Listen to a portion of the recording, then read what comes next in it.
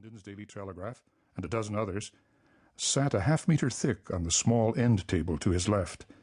Gerhardt routinely spent 6 hours each day reading. Gerhardt flung the paper with a flick of his wrist, never removing his eyes from Roth. It landed on the floor with a smack. "Read it!" The male nurse pretended to fiddle with the oxygen tank. Roth stood still. This attitude of Gerhardt's was no longer simply ruining his mood, but destroying it altogether.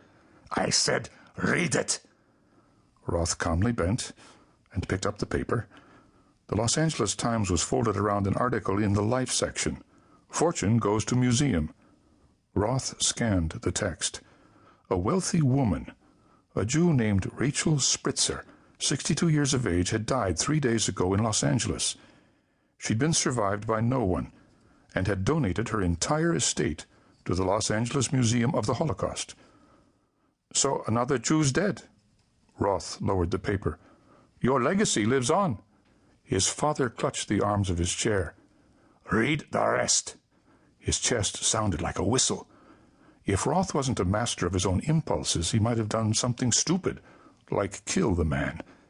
Instead, he set the paper on the windowsill and turned away. You've read it, Father.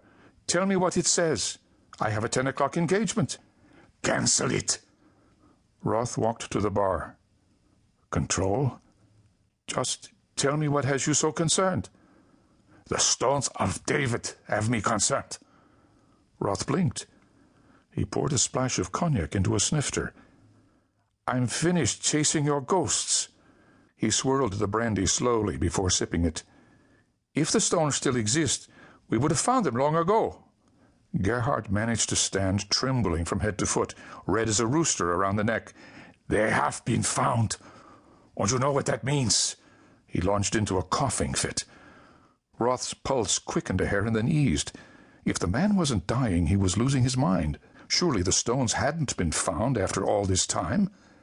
Gerhardt staggered 3 steps to the windowsill, pushed his startled nurse out of the way, and grabbed the newspaper.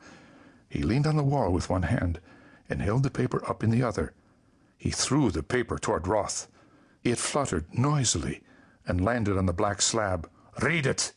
Gerhardt's eyes drilled him. So then maybe there was something to this. Roth picked up the paper, found the article, and slowly read down the column. What if Gerhardt was right? What if the relics did exist after all? They would be priceless. But the stone's monetary value didn't interest Gerhardt. He already had enough wealth to waste in his final years.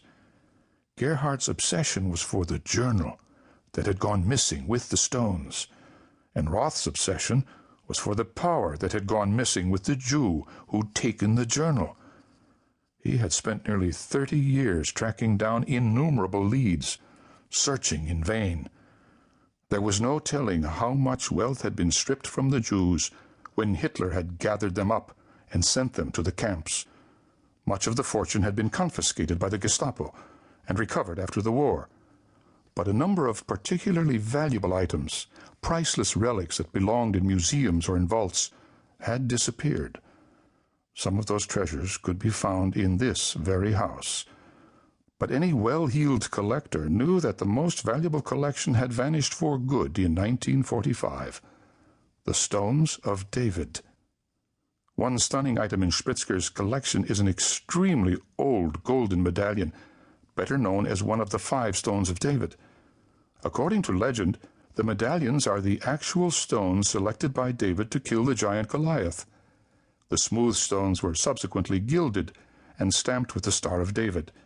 The collection was last verified in 1307, when they were held by the Knights Templars. The collection was rumored to be held by a wealthy Jewish collector before World War II, but went missing before the claim could be verified. Alone, each medallion may be worth over $10 million, but the collection in its entirety is valued at roughly $100 million. The relic will be displayed in a museum yet to be disclosed with the following cryptic caption at Rachel Spritzer's request. The stones are like the lost orphans. They will eventually find each other. Sweat cooled Roth's palms. He set the paper on the bar, set an unsteady finger in its margin, and scanned to the end. Rachel Spritzer